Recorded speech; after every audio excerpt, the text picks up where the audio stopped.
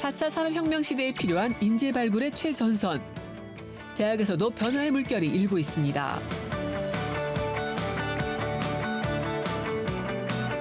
교육만큼 중요한 것이 경험이라는 철학을 바탕으로 기업가형 리더를 배출하기 위해 노력하는 대학이 있는데요. 학생 창업을 적극적으로 독려하고 있다는 이곳. 아이디어를 현실화할 수 있는 시제품 제작 공간은 물론 사업에 필요한 자금을 투자하는 등 각고의 노력이 이어지고 있다고요. 첨단 분야 인재 발굴을 목표로 교육의 새로운 패러다임을 만들어가는 대학을 만나봅니다. 네, 오늘은 서울과학기술대학교 김동환 총장님 모시고 인재 양성의 새로운 패러다임을 제시하는 대학 교육에 대한 이야기 나눠보겠습니다. 안녕하세요. 안녕하십니까? 예, 어서 오십시오. 자, 어느 분야든지 등장하는 단어가 바로 혁신이라는 단어가 아닐까 싶은데 최근에는 대학에서도 적용이 되고 있다고 합니다. 단순한 교육에서 벗어난 기업가형 리더를 배출하기 위해서 노력하고 계시다고요. 네, 맞습니다. 전통적인 대학에서는 학생들이 학습을 통해서 졸업하고 또 취업하는 것이 일반적인 상황인데 최근에 창업이라는 것이 중요한 이슈가 됐습니다. 창업은 또 다른 대학의 성장의 축이 됐었고 또 대학 스스로 창업에 대한 여러 가지 지원을 하고 있습니다. 자, 그래서 저희 대학을 간단히 소개해드리면 창업이 가능하게 됐던 것은 캡스톤 디자인 프로그램이 있었는데 이 프로그램은 졸업 작품을 대신했던 그런 내용입니다. 그러니까 기업으로부터 아이디어를 받아서 학생 스스로가 작품을 만들어보고 평가해보고 하는 그런 일련의 과목이 바로 캡스톤 디자인 과목이고 저희 대학에서 최초로 시작했던 내용이 되겠습니다.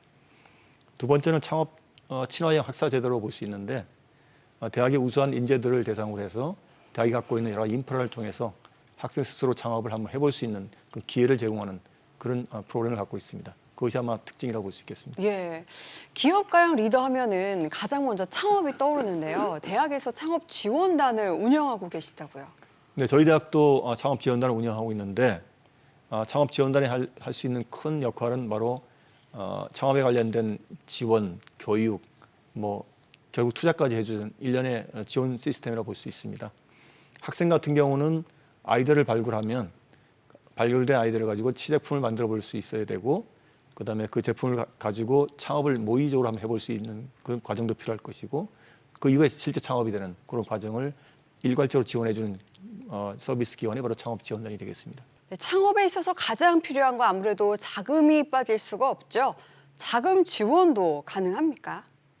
대학에서는 예비 창업자 또는 초기 창업자 또는 글로벌 지원 세 가지 꼭지를 갖고 있는데 예비 창업자는 말 그대로 창업에 관심 있는 사람들을 위한 지원 제도가 되겠고요. 그다음에 초기 창업자는 한 3년 이내에 준비된 그런 기업들한테 지원해 주는 내용이 되겠습니다. 글로벌 지원 같은 경우는 좀 더 성숙된 기업에 대해서 더 큰 폭으로 지원해 주는 그런 내용이 되겠습니다. 예, 혹시 지원한다고 하니까 금액 공개도 가능하실지요? 네, 물론 가능하겠습니다. 예비 창업자 같은 경우는 한 5천만 원 범위 내에서 저희가 지원해 주고 있고 네. 물론 이제 큰 돈일 수도 있고 작은 돈일 수도 있지만 예. 그다음에 창업에 좀 자신감이 붙은 기업들 3년 이내의 기업 같은 경우는 초기 창업자라고 해서 좀 더 금액을 상향해서 7천만 원까지 지원해 주고 있고요. 그다음에 좀 더 완벽한 기술을 가졌다고 판단되는 기업에 대해서는 글로벌 진출을 지원하기 위해서 1억 5천에서 3억까지 지원해 주게 되겠습니다. 예. 학교에서 별도로 이 투자 전문 회사를 운영하고 있다고요? 네, 저희 대학에서는 기술 지주 회사를 운영하고 있습니다. 예. 아마 창업된 기업들을 자회사로 편입시켜서 운영하는 그런 제도인데요. 아마 대학들이 아마 갖고 있는 제도이긴 합니다. 그 지주회사 내에서는 저희가 13개 자회사를 갖고 있고 현재 기업 가치를 평가해 보면 한 600억 정도의 높은 수준을 가지는 그런 기업이라고 볼 수 있습니다. 이런 것이 결국 대학의 창업 생태계를 구축할 수 있는 좋은 구조라고 볼 수 있겠습니다. 예, 좋은 아이디어가 있어도 사업화를 실질적으로 하기는 굉장히 어렵잖아요. 그 과정을 돕는 특별한 공간이 또 있다고요? 네, 아마 대학마다 갖고 있는 공간일 텐데 창업하기 위해서는 상당히 많은 공간이 필요한 건 사실일 겁니다. 그렇지만 국내 대학들이 공간들을 충분히 확보하기는 어려울 텐데 저희 대학은 특별하게 창업을 독려하기 위해서 넓은 규모를 확보했습니다. 한 1,400평 정도의 규모의 예. 창업타운을 조성하고 있고 그 내부에 이제 메이크 스페이스라는 공간을 이제 구축했습니다. 메이크 스페이스는 말 그대로 작품을 만들 수 있게끔 지원해주는 그런 공간이라고 볼 수 있겠죠. 학생들의 아이디어를 갖고 있었으면 그것을 제품화시키고 또 평가도 하고 시험도 해볼 수 있는 그런 일련의 공간을 제가 메이크 스페이스라 부르고 저희가 많은 장비도 구축에 돼 있어서 학생 스스로가 자신감 있게 자기 아이디어를 가지고 실현할 수 있는 그런 작업 공간을 저희가 메이크 스페이스라고 그러고 거기가 준비되어 있다고 말씀드릴 수 있습니다. 예, 화면으로 보니까 굉장히 멋진 공간이 네. 마련이 되어 있는데 꿈이 그야말로 현실이 되는 공간이 아닐까 싶습니다. 그곳을 무수히 많은 학생들이 이 창업 지원단을 통해서 거쳐갔을 것 같은데 기억에 남는 기업도 있을 것 같거든요. 특별히 기억에 남는 기업 있으실까요? 네, 제가 10년 전에 산학협력 단장을 맡았을 때 네. 특히 그때 관심이 있던 학생이었는데 학생이 창업을 했었습니다. 그 이후에 2016년도에 창업이 됐고 지금은 그 아이템은 그 당시 제가 기억하기로는 전동 칫솔인데 아마 장애자를 위한 전동 칫솔이었거든요. 그 아이디어가 워낙 좋았었고 제품의 그 가치도 높아서 현재는 20개국 한 30개 기업들 고객을 갖고 있고 최근에 25억 정도 투자를 받았다고 들었습니다. 그런 기업이 아주 제가 기억에 남는 기업이었고 두 번째는 폐플라스틱을 이용해 가지고 뭐 넥타이 같은 걸 만들었던 그런 회사인데 역시 학생 창업에 해당되는 기업이 되겠습니다. 그 당시 문재인 대통령이 그때 착용했던 언론에 나온 적도 있었고요. 최근에는 팁스라고 해서 창업자들이 꿈에 그리는 그런 사업인데 팁스에 선정이 돼서 굉장히 각광받는 그런 기업으로 알고 있어서 아마 2개 기업 정도가 제 머릿속에 남아있는 그런 기업이고 그 외에 많은 기업이 있지만 네. 대표로 2개만 소개해드렸습니다. 자, 이 각자의 꿈을 이뤄가는 과정을 다 직접 옆에서 보셨을 텐데 감회가 참 남다를 것 같아요. 제가 만약에 다시 대학으로 돌아간다면 네. 창업을 하고 싶은 마음도 지금 환경이라면 한번 자신 있게 해볼 수 있을 것 같습니다. 예. 지금 학생들이 하고 있는 과정을 보면서 참 대견하다는 생각도 들기도 하고 좀 자랑스럽기도 하고 또 대학에서는 당연히 그 학생들을 잘 지도해주고 또 지원해줄 또 책임을 느끼는 그런 분위기입니다. 학생 스스로가 이렇게 하고 할 수 있다는 용기가 가상하기도 하고 또 대학에서는 나름대로 충분한 지원을 해야겠다는 또 책임감도 동시에 가져봅니다. 네. 이 창업의 활성화가 중요한 이유는 무엇이라고 생각하십니까? 창업에 대한 마인드가 제일 중요할 텐데 학생 스스로가 창업을 내가 할 수 있을 것인가 주변으로부터 많은 유혹도 있을 거고 또 도전에 대한 또 겁도 많이 날 것입니다.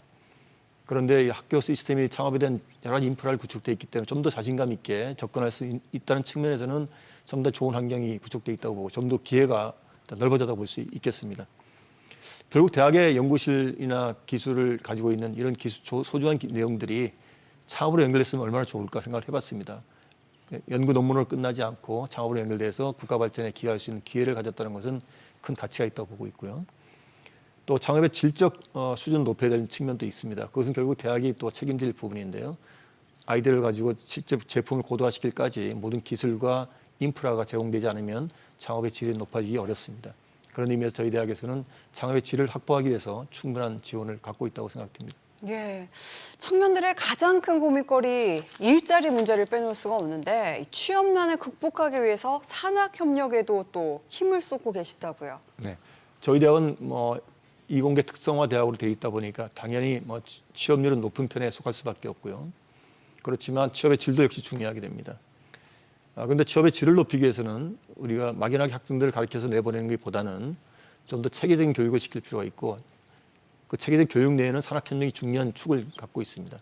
예를 들어서 학생들이 아이디어를 가졌을 때 그거를 기업과 연계해가지고 한번 제품화 시켜보고 그런 경험을 통해서 창업에 대한 마인드도 가질 수 있는 측면도 있고요. 그다음에 그 산학 기업들한테 실제로 대학이 지원할 수 있는 게 여러 가지 다양한 게 있거든요. 예를 들어서 기술도 지원해 볼 수도 있고 또 현장 인턴십을 보낼 수도 있고 그다음에 학생 스스로가 기업에 가서 내가 미래에 뭘 할 수 있을지를 한번 체험해 볼 수 있는 그런 기회의 장도 필요하게 됩니다. 이런 것이 모든 것이 다 산학협력의 한 내용이 될 수 있는데 저희 대학 산학협력에 대해서 상당히 많은 지원도 이루어지고 있고 또 산학협력이 얼마나 중요한지 모든 구성원들이 인식하고 있다는 측면에서 보면 산학협력은 통해서 결국은 취업도 좋아질 수밖에 없다고 판단됩니다. 예. 자, 많은 얘기들을 저희가 함께 들어봤는데 끝으로 앞으로 어떤 계획을 세우고 계신지 궁금합니다. 앞서 말씀드린 대로 예. 서울과학기술대학교에서는 나름대로 최선을 다해서 학생들을 위한 창업이나 산학협력 강화시키고 있고요. 그 외에 몇 가지 더 말씀드릴 게 있어서 말씀드리고자 합니다. 첫 번째 학생 인구가 급히 줄고 있지 않습니까? 예. 그러면 또 첨단 분야에 대해서 인재들이 당연히 줄어들 수밖에 없는 상황이 닥칠 것입니다. 그런 의미에서 저희 대학에서는 첨단 산업 분야에 최고 인재를 키울 준비를 하고 있습니다.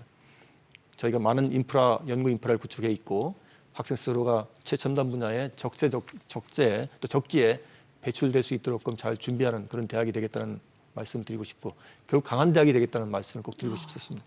예. 두 번째는 글로벌 융합 시대에 또 글로벌 인재를 육성하기 위해서 외국에 있는 좋은 인재들 저희가 학교에 데리고 와서 잘 교육시키고 그 학생들이 잘 우리 대학에 졸업을 하고 나서 또 국내 기업에 취업시켜서 진정으로 대한민국 국민화되는 것도 의미가 있겠다 싶어서 글로벌 역량도 키우고 또 동시에 우리 학생들이 밖에 나가서 전혀 국제 역량에 부족하지 않도록 충분한 기회를 제공할 그런 준비도 되어 있는 대학이라고 볼 수 있고요. 마지막으로 이제 국립대학으로서 가지는 중요한 가치 중에 하나가 개방의 가치입니다. 저희 캠퍼스를 다 열었고 주민들하고 호흡도 하면서 또 우리 갖고 있는 여러 가지 컨텐츠들을 제공해 줌으로써 또 주민과 같이 호흡할 수 있는 그런 대학으로 발전되겠다는 그런 생각도 갖고 있습니다. 크게 예. 세 가지 축이 저희가 앞으로 가야 될 방향이 아닌가 생각이 듭니다. 응원하겠습니다. 네. 자, 지금까지 서울과학기술대학교 김동환 총장님 모시고 창의적인 인재를 양성하는 대학 교육에 대한 이야기 나눠봤습니다. 고맙습니다. 네, 고맙습니다.